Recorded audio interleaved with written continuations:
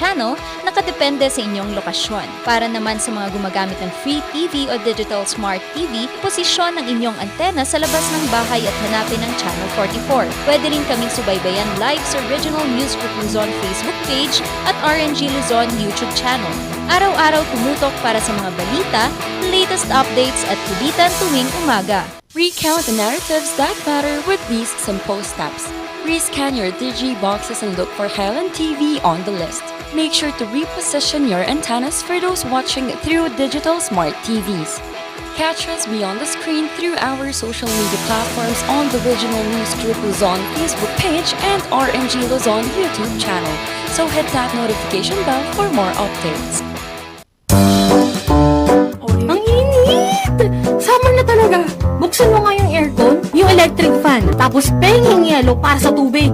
Teka, masyado namang magastos sa kuryente yan. Huwag kang mag-alala, pwede pa rin naman magtipid ng kuryente na hindi nanlalagkit sa init. Yung electric fan, para mas malakas ang buga ng hangin, linisin ng fan blades. Kung gagamit naman ng aircon, isara muna ang mga pinto at bintana para mas madaling lumamig ang kwarto. Dapat malinis din ang aircon filter at condenser. Para mas efficient naman ang paggamit ng ref, i-defrost ito kapag nasa 1/4 pulgada na ang yelo. I-check din ang pinto para siguradong di tumatagas ang lamig. O diba, hindi kailangan tumagaktak ang pawis sa pagtitipid.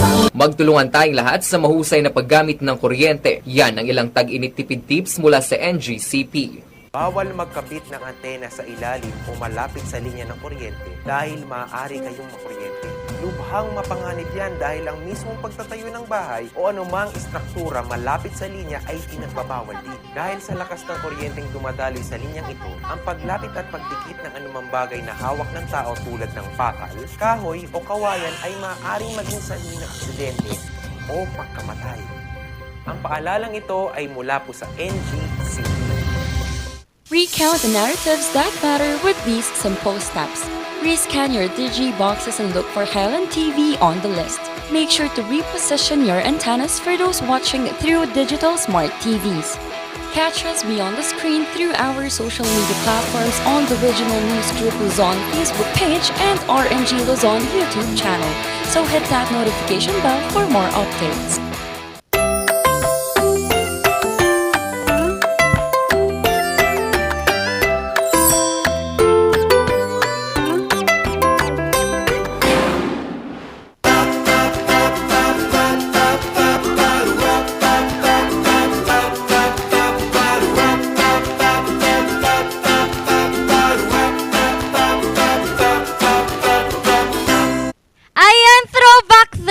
Mga kabalitaktakan, alam nyo ba, talagang tinotoo ni Charles at ni Ma'am Shisheki ang Throwback Thursday for me.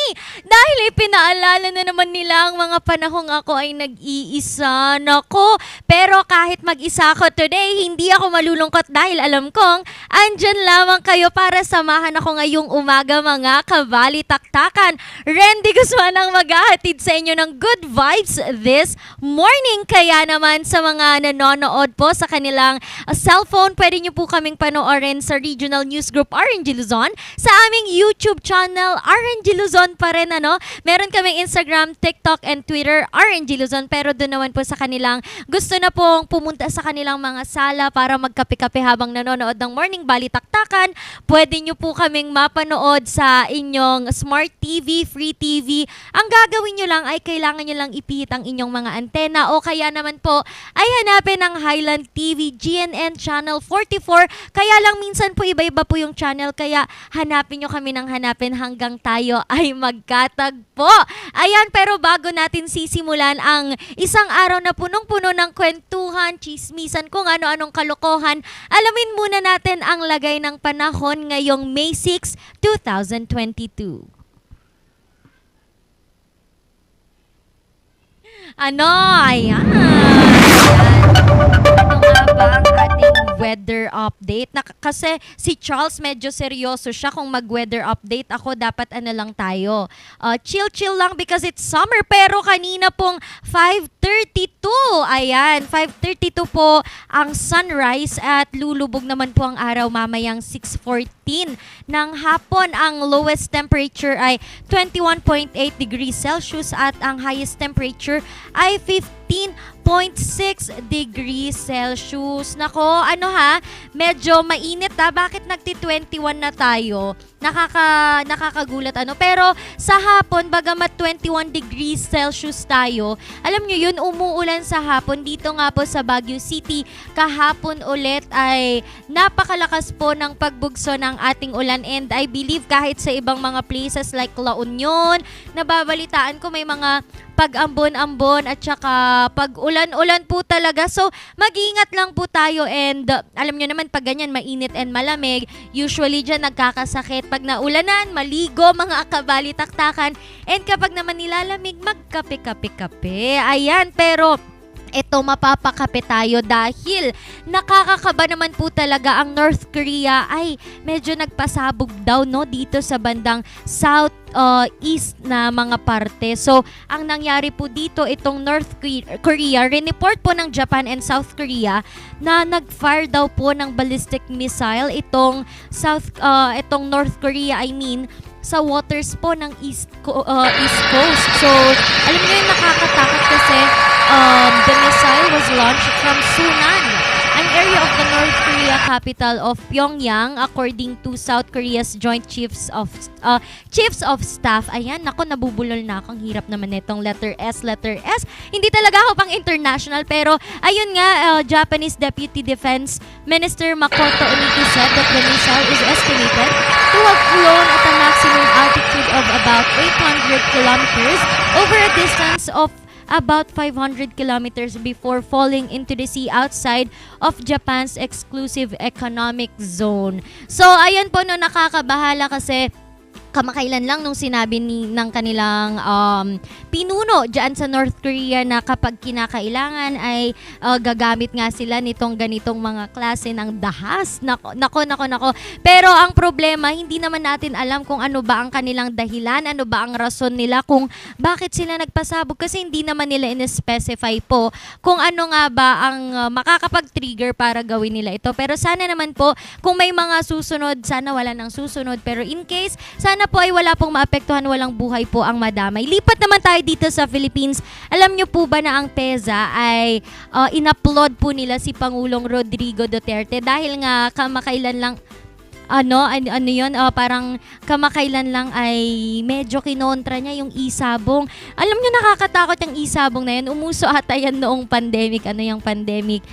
Umuso yung mga isabong, kung ano-ano pang mga online games. Kasi nga, ang mga tao ay hindi po makalabas ng bahay para sa kung ano-ano mga sugal to, Pero yon, nausong online sabong, kaya lang madami po ang nalulong. Ilan nga sa mga kaso ay yung mga nawawalang mga lalaki na pumunta daw sa sabungan, ganyan, na mga nakidnap daw. Meron din po itong nanay na kanyang ipinambayad sa utang sa isabong itong kanyang anak. Nako, at dahil nga po dyan, President Rodrigo Duterte, in-order na po niya na stop ang isabong operations dito sa Pilipinas. And ikinatuwa naman ito and saludo naman po ang People for the Ethical Treatment of Animals o PETA, dahil nga since mababawasan na ang krimen ng tao, hindi pa mapapahirapan na naman itong ating mga alagang hayop, The end of isabong is long overdue, especially as interest in the archaic bloodbath continues to wane in recent years. PETA comments President Rodrigo Duterte's decision to order the immediate termination of isabong across the Philippines. Yan po ang eksakto pong sinabi ng PETA Senior Vice President Jason Baker. Ito naman po, sabi nga ni Pangulong Duterte, kailangan itigil natin yung mga ganitong bagay para maitigil din ang mga krimen. Hindi pa naman natin alam kung kailan magsisimula o kung nagsimula na bang ipasara itong mga isabong, kasi sa mga balita ay meron pa ring mga nakabukas, pero unti-unti yan, since ilinabas naman na talagang isarado, unti-unti naniniwala ako na maipapasara na para din sa kabutihan natin. Mag-ipon na lang tayo, mga kabalitaktakan. Huwag na tayong tumaya dyan sa mga isabong na yan. Wag na din tayong tumaya sa pag-ibig. Charot! Ayun nga, no, mamaya naman, sino kaya ang aking makakasama at makakakwentuhan? At dahil mag-isa ako, dadamihan natin yan. Mamaya po sa Comelec po, ano, meron pa rin tayong paalala mula sa Comelec at dahil nga 4 na araw na lang bago ang botohan, kailangan po natin ito. Mamaya din makakasama ko ang isa sa mga kasali sa SEA Games. Ayan, so makakakwentuhan natin siya dito. And mamaya medyo may change costume ako dahil ako naman ay iindak sasayaw na ako. May mga bisita po ako, di ba? Kahit mag-isa ako, punong-puno ang araw natin. Pero mas mapupuno yan kung tayo ay mamamasyal dahil ipinasilip na po ng Tuba Benguet ang ilan po sa kanilang mga pasyalan. Kaya kung gusto nyong malaman kung saan itong mga ito, panoorin nyo ang video. Binansagan ang Tuba Benguet bilang gateway to Baguio dahil sa 4 na daanan na binabagtas ng munisipyo upang maabutan ang summer capital. At isa dito ang Cannon Road na pamilyar sa mga motorista dahil sa Lion's Head ng Baguio City. Ngunit ang hindi napapansin ng karamihan ay ang taglay nitong kagandahan, Instagrammable at thrilling outdoor sites. Una sa listahan, ang Bridal Veil Falls.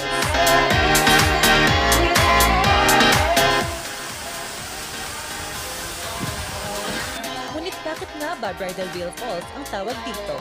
Kwento ni Manang Rose Istor, Agad story na ito yung matagal noon may nagmamahalan daw. Tapos noon ayaw ng mga magulang. Parang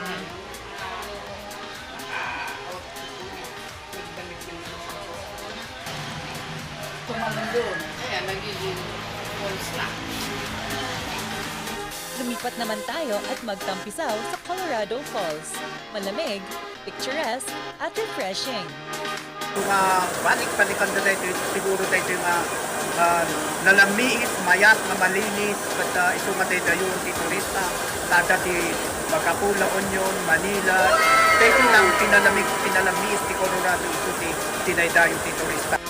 Inaasahan na opisyal na magbubukas ang Colorado Falls sa publiko ngayong taon. By now, siguradong gutom na kayo, kaya mapuno, mabusog at namnamin ang masasarap na pagkain na handog ng Pinoyans Restaurant. Tulad na lamang nila Marilo at Eli, known po siya dito sa Colorado. Pinupunta nila din ng mga visitors before sila pumunta na Baguio. Masarap po. Affordable na yung price. Tsaka mataas na yung offer. but wait, papunta pa lang tayo sa exciting part.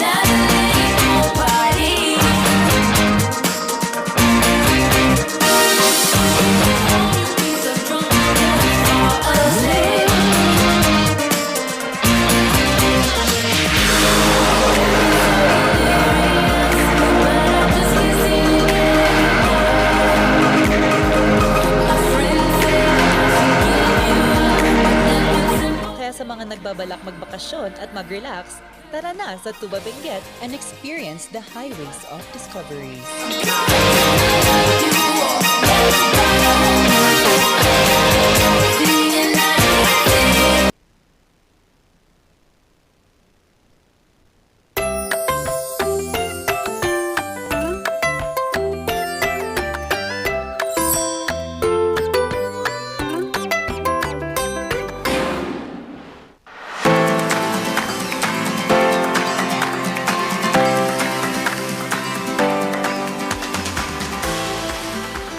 Ang ganda ng Pangasinan.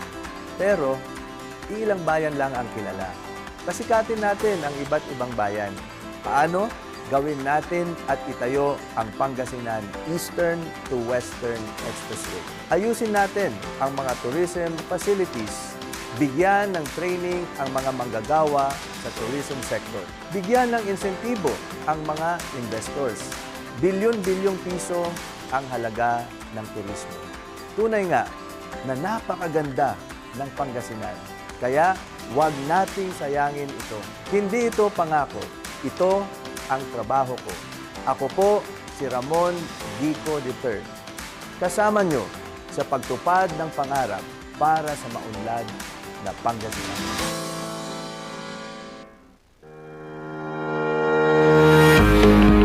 The Baguio Country Club, the first and only 5-star mountain resort in the Philippines, is fully equipped and ready to welcome you back. The club has thoroughly worked on adapting to the new normal.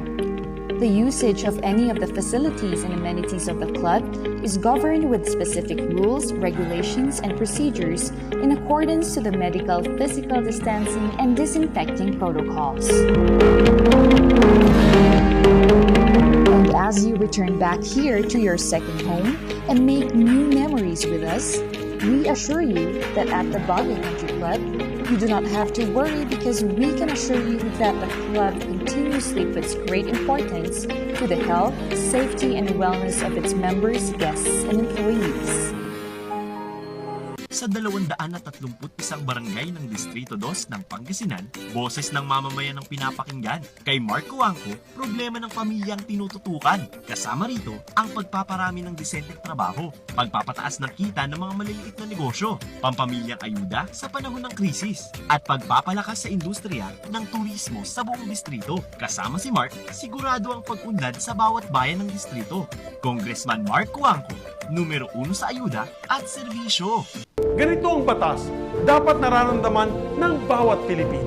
Dahil sa Renewable Energy Law, may trabaho na ako sa ating bansa. Dahil sa ease of doing business na pabilis ang pagkuha ng mga permit at nabawasan ng korupsyon sa gobyerno. Dahil sa Cooperative Code, bagong CDA Charter at Co-op Development Officers Act, lalo mumulad ang mga kubalito. Ganito dapat ang batas, nagbibigay ng kabuhayan at pag-asa. Walang bola, walang pabongga. Yan ang tatak ni Subin, ang inyong trabaho ng Senado.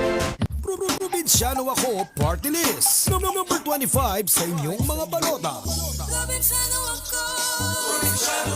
Probinsyano ako, party list. Number 25 sa inyong balota. Probinsyano ako, party list. Number 25 sa inyong balota. Probinsyano ako, party list. Number 25. Probinsyano ako, party list. Number 25. Probinsyano ako, party list. Number 25. Probinsyano ako, party list. Number 25. Probinsyano ako, party list. Number 25. Probinsyano ako, party list. Number 25. Madaling lapitan. Dali siyang lapitan. Pag mayroon kang idudulot sa kanya na problema, ay ginagawa niya. May malasaki para sa lahat. Sapay kumaapo, tagsublika, tanagsublima, torno sumingag lalakaw, pati nila kay ko kung buyo, ang torno batata. At dati Sir Matana, may isang praktikal na tao, ken may isa nga man optimasi. Lahat na ito yung nagundaway, na dumawat, ititulong niyo, makasublitay nga mayor. Attorney Mauricio Dumoga for Mayor number 2 sa Balota.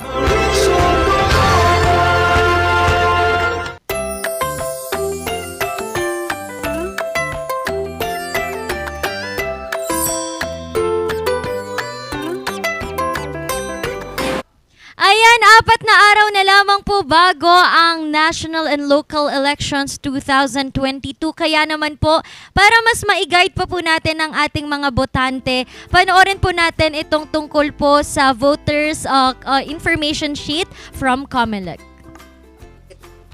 Okay, our topic for today is voters information sheet. Ang ating voters information sheet ay provided for by COMELEC po yan. This is going to be sent to all registered voters entire Philippines.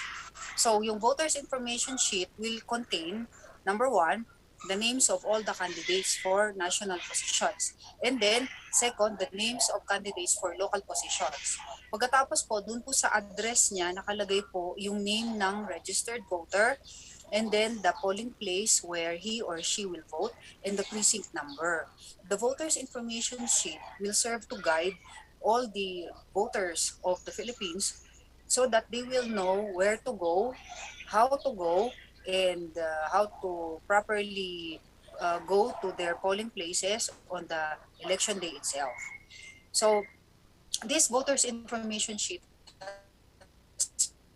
also been given by the COMELEC and provided for by the COMELEC na matagal ng panahon.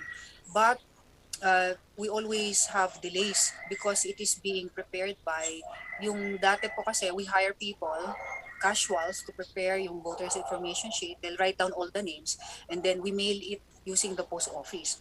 Pero this time we're not going to send it that way. This voters information sheet will be computer generated already, and the file will be given to the printers, local printers, and then they will print it and then they will give it to us for distribution already by the election officers.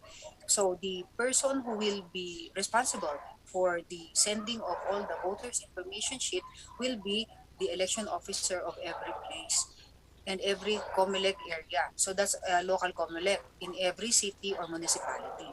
So we don't have to worry about yung late na pagdating ng mga VIS tulad ng nangyayari noon. VIS is also voters information sheet na nangyayari noon.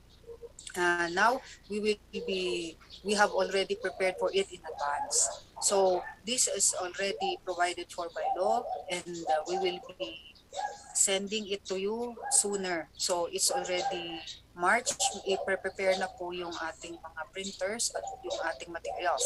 And then we will send it to you April. So by May 9, 2022 national and local elections, nasa mga kamay niyo na yan. So sisiguraduhin po namin it will be received by every registered voters in the area. Okay, attorney, ulit, sorry, ano lang po natin, how important, bakit kailangan meron tayong voters information sheet po? Okay, sige. The voters information sheet is very important because that will inform every voter who they shall like to vote. So, nakalagay po dyan ang names ng mga bobotosan nila. So, if we are going to make a kodigo, for example, the day before the elections, isusulat natin yung ating kodigo sa isang maliit na papel para dalhin natin sa voting booth on election day. Ang basehan po natin is the voters information sheet. So, hindi lang yan yung bang compulsory na we have to comply with na requirement. But it's also a means to inform the voters kung saan ang kanilang polling place. Hindi sila mawawala kasi alam nila yung presinto nila. It is provided for dyan po sa ating voters information sheet. Marami tayong problema, especially on election day, nahanap ng hanap ang ating mga voters kung saan sila dapat bumoto. Yung pangalan nila hindi nila mahanap sa dami ng names. So yan po ang makakasolve ng problema yan, the voters information sheet. Then second, we also have the voters assistance desk in every polling place. So other than the voter sheet, may voters assistance desk din kung saan nakalagay din po yung names ng mga botante. So you will know where to register, where to vote, what precinct number, and your precinct sequence. So ganyan ka-importante po ang voters information sheet. Attorney, ano ko lang po, the voters information sheet, ipamamahagi po ba ito on the day of the election itself or pwede naming kunin? Saan po ba namin pwede itong kunin? Hindi siya ipapamahagi on election day. It will be distributed before election day. So kung ngayon, sinabi ko kanina, sa printers po natin, we are already printing this March. So pag natapos po yan, sa April po, i-distribute na po namin yan. And the person in charge or responsible for this effort or task is the election officer of every municipality or city. Kaya dapat lahat ng registered voter merong voters information sheet. When, anong channel po ba or do we post sa social media kung pwede nang kunin? Or kapag na-print na, pwede na po bang kunin? Or kapag hindi mo na naka-receive ng voters information sheet, ano po bang maaari? Ay, opo. Ito po ay ipapamahagi namin. So, kung pwede mo namang kunin sa COMELEC office, pwede na rin. At pwede rin namang itawag sa aming mga numbers sa opisina kung saan pwedeng makuha yan. Pwede rin pong sa social media, pwede rin magtanong kasi may FB page naman ang every COMELEC office sa amin. So, malalaman at malalaman nyo. Ngayon, if you did not receive it, you have to demand kung nasaan yung voters information sheet nyo. So, ibibigay po namin yun. And every voter po na nakalista po sa ating database will be entitled to one voters information sheet. Kaya very helpful. And it is our obligation to give it to the public.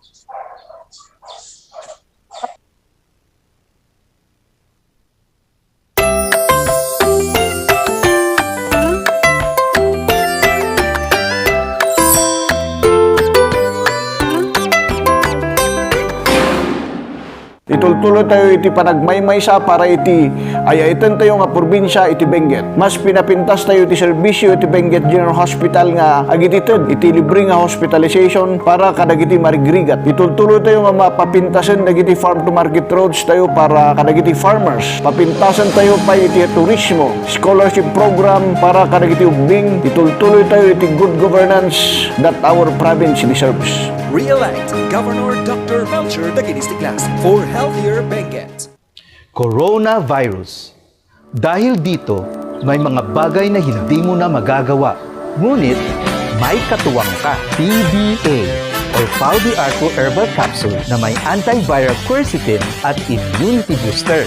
Mag-PDA or Pau de Arco Herbal Capsule araw-araw. Para iwas sakit, iwas virus. PDA. Proteksyon, depensa, alay sa kalusugan. PDA or Pau de Arco Herbal Capsule is available in all leading drugstores nationwide. Another quality product of Aldrich Corporation. For better life.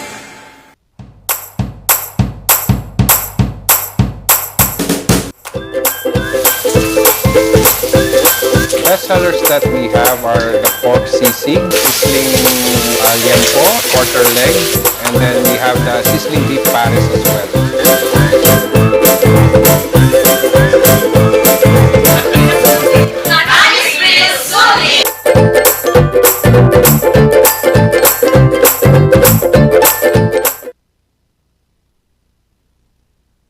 Mazar Music offers a complete line of musical instruments.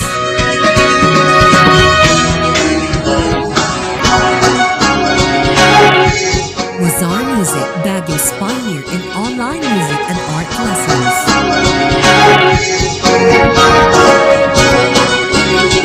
Mazar Music, bringing music closer to your hearts.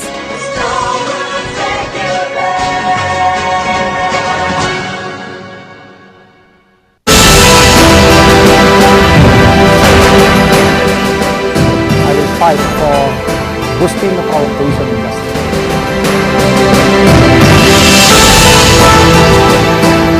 Economic growth corridor in the country. Programs for our education, employment, and sports development. Ang tao talagang maninindigan niyan para sa kanyang kabuhayan at kinabukasan.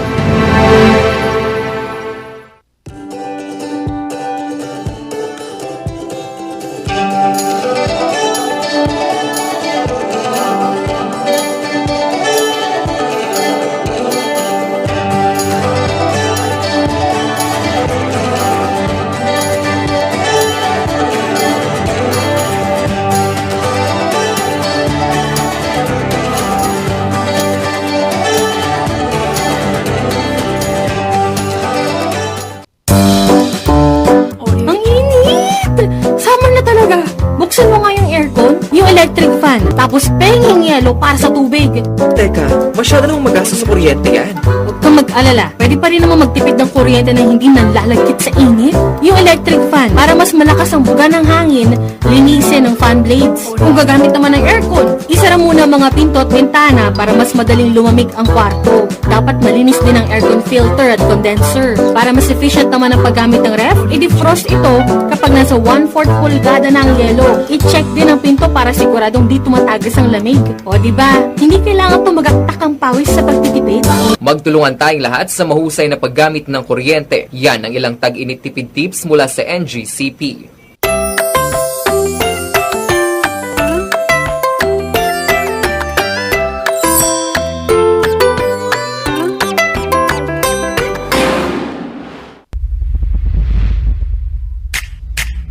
Yeah!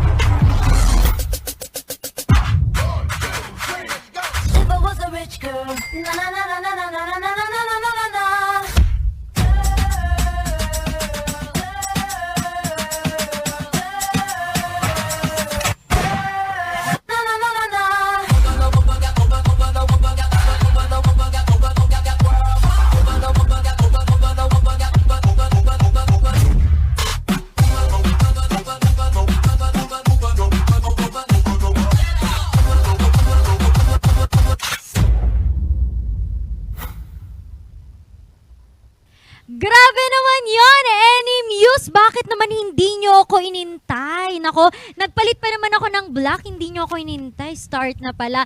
Pero ayan nga po ang grupong Any Muse na talaga namang nakakaindak, napakagaling ng kanilang mga galaw. And ngayon kasama ko po dito si Mr. Kai Williams, ang kanilang leader and founder. Good morning po sa inyong lahat. Ayan, tatawagin natin si baby girl para may ka-height daw po ako dito. Ayan, and anong name mo, ate? Cristel po. Ayun, Cristel. Dito muna tayo kay Mr. Kai. Sir Kai, kailan po nagsimula ang inyong grupong Any Muse? Nag-start po talaga kami 2014, pero na-release po kasi yung grupo ng 2016 kasi po more on training po muna. So yun. So nung mga times na yun, talagang struggle po. Struggle? Bakit? Anong struggle? Ito bang mga members mo dito ngayon? Sila ba yung mga kasama mo noon? Or? Hindi. Ito puros bago na po talaga, as in. Like, meron po yung isa, si Dave, siya po yung nagtagal po talaga dito. Tapos yung iba po dito, mga nakakalaban na po namin and mga nakikita na rin po namin sa mga areas po na nagpa-practice po kami. So since 2014 pa and nag-iba-iba nga ang iyong mga kasama, yung iba nakalaban mo, yung iba mga kakasali lang. Ano yung mga struggle na hinarap ninyo?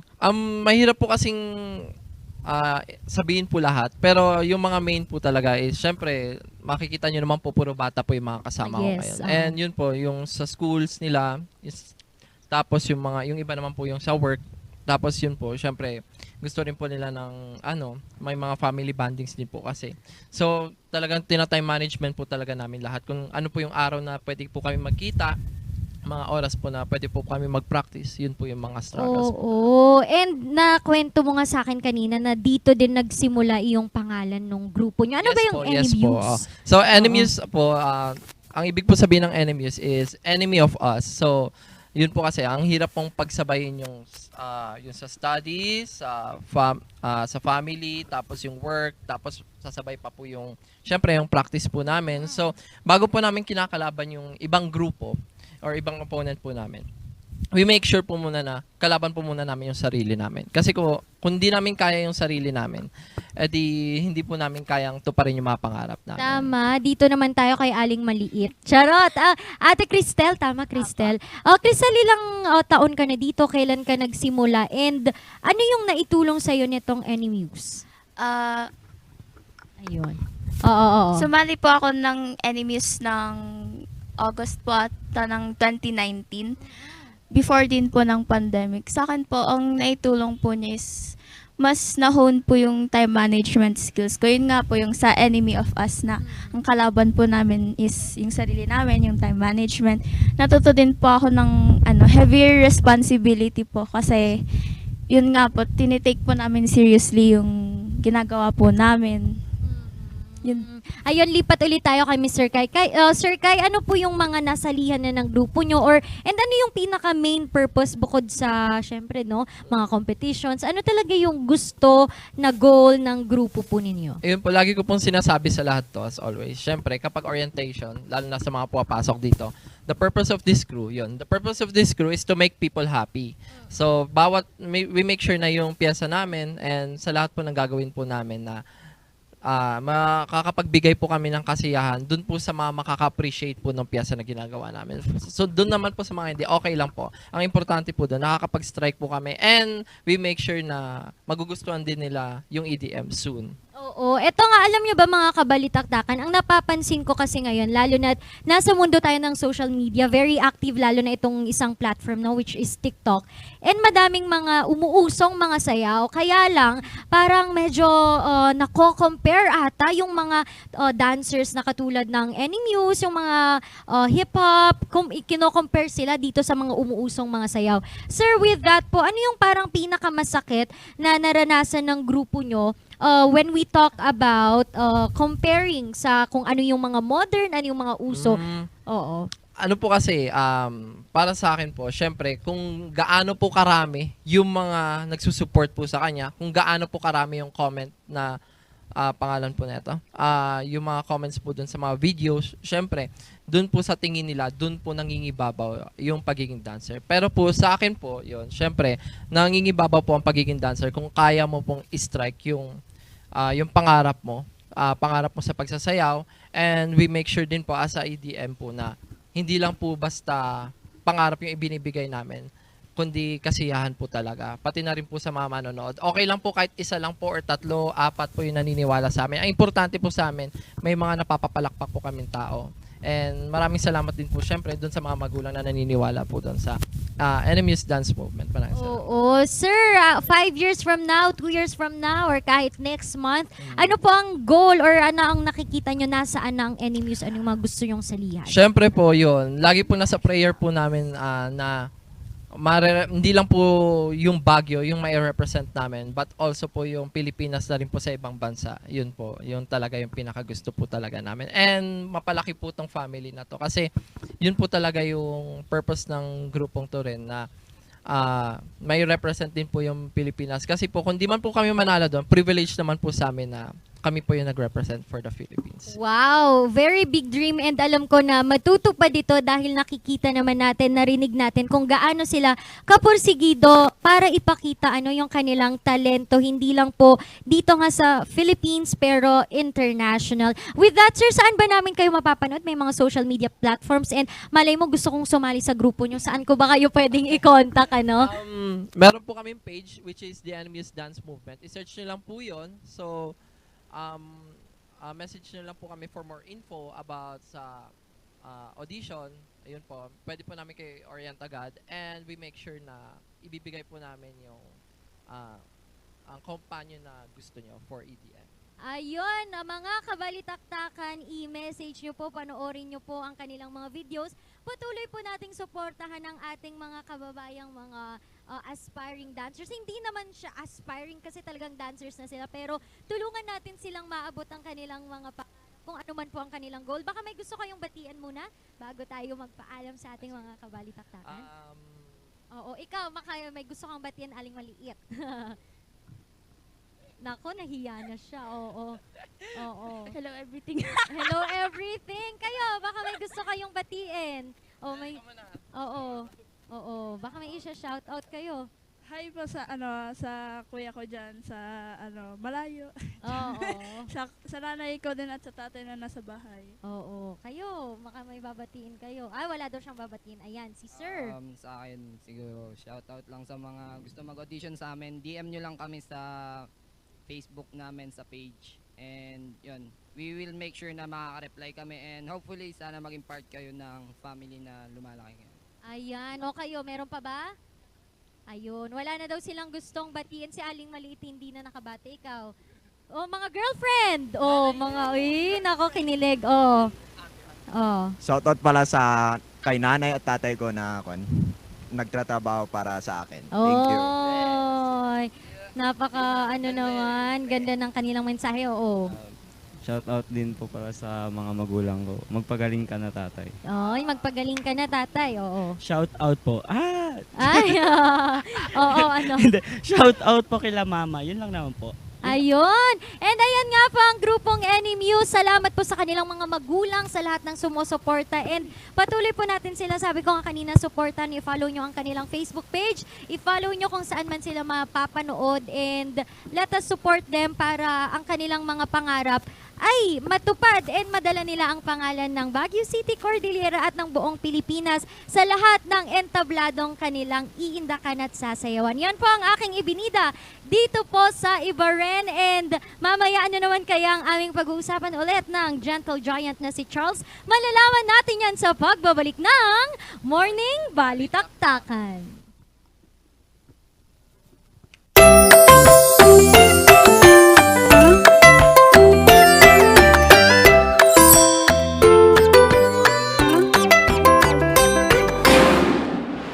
Gusto mo bang maging updated sa balita at mapasaya ang inyong araw? I-scan ang inyong mga Digibox at hanapin ang Highland TV, ang aming channel nakadepende sa inyong lokasyon. Para naman sa mga gumagamit ng Free TV o Digital Smart TV, posisyon ang inyong antena sa labas ng bahay at hanapin ang Channel 44. Pwede rin kaming subaybayan live sa Original News Group Luzon Facebook page at RNG Luzon YouTube channel.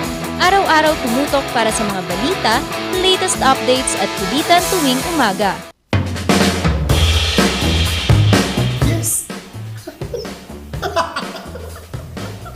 Ayos to.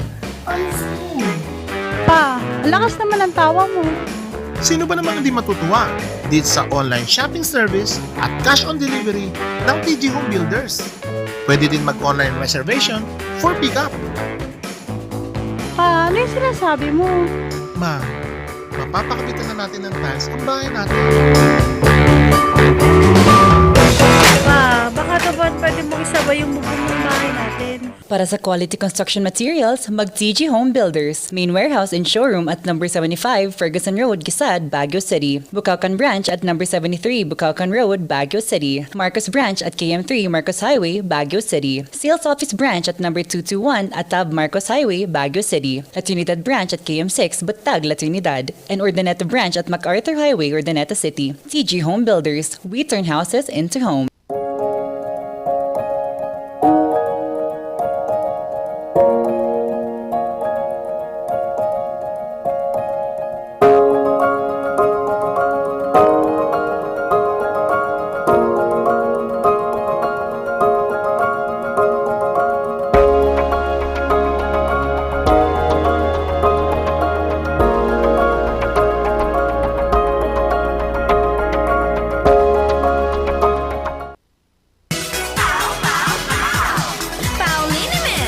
Masakit ba ang likod, ang kasu-kasuan?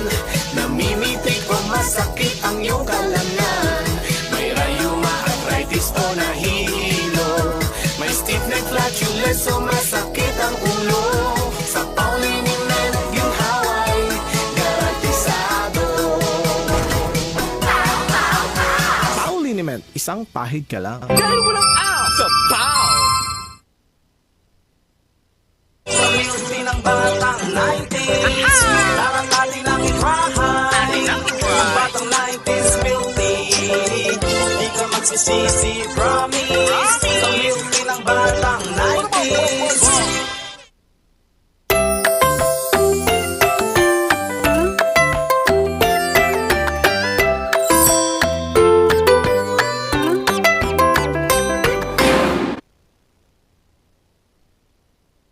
Agad talaga ako, nakaka-stress. Pero ayun nga, itatry natin tawagan si Charles Limon. Dahil, nasan kaya si Charles Limon? Ganito ang kanilang ginawa sa akin ako noong ako ay mag-isa, noong sila ay, sila lang, alam nyo yun. Kaya, hello, kamusta? Good morning! Nakikinig ang mga kabalitaktakan natin. Baka may gusto kang sabihin.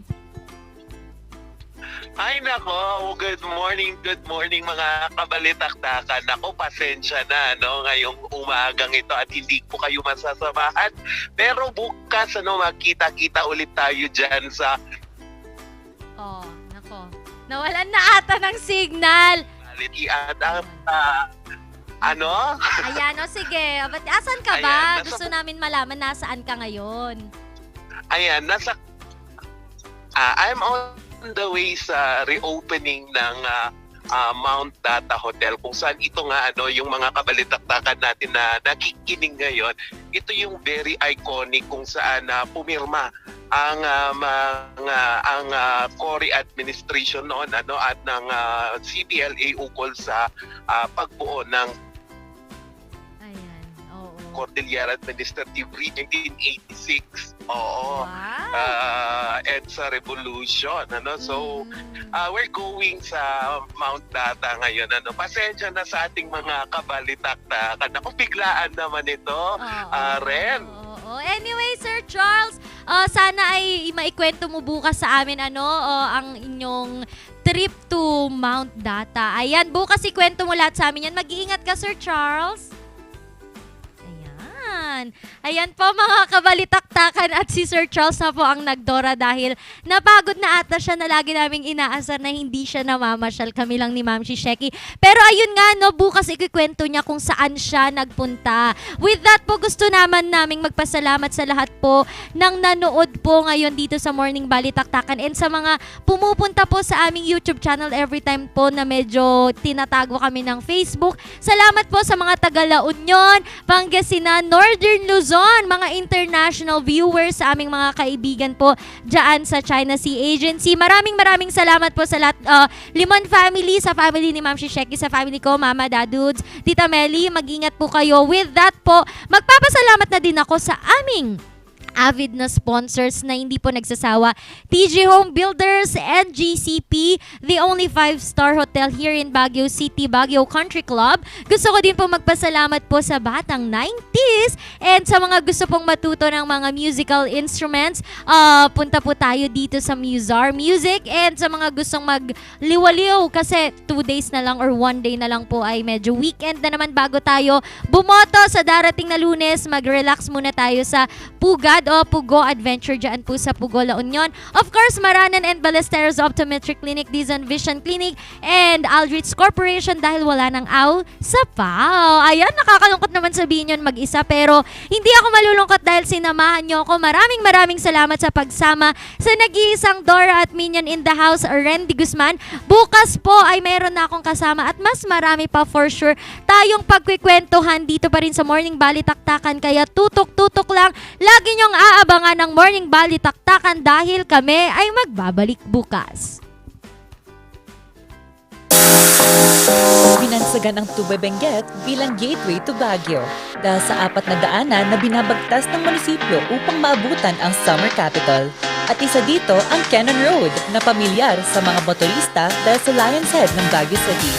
Ngunit ang hindi napapansin ng karamihan ay ang taglay nitong kagandahan, Instagrammable at thrilling outdoor sites. Una sa listahan, ang Bridal Veil Falls.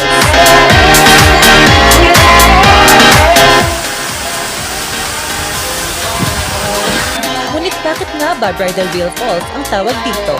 Kwento ni Manang Rose Istor. Agad story na ito yung matagal noon may nagmamahalan daw. Tapos noon ayaw ng mga magulang. Araw na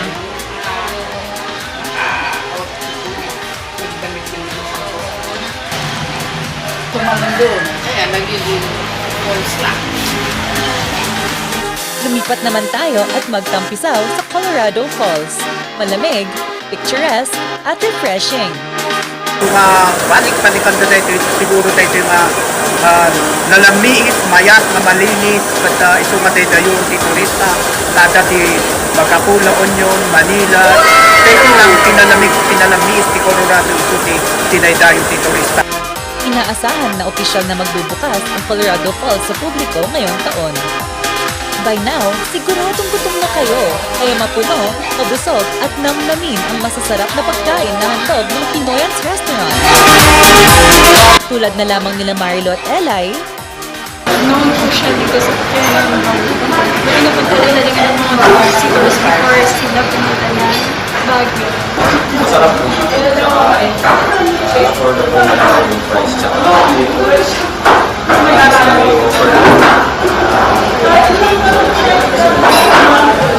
But wait, papunta pa lang tayo sa exciting part.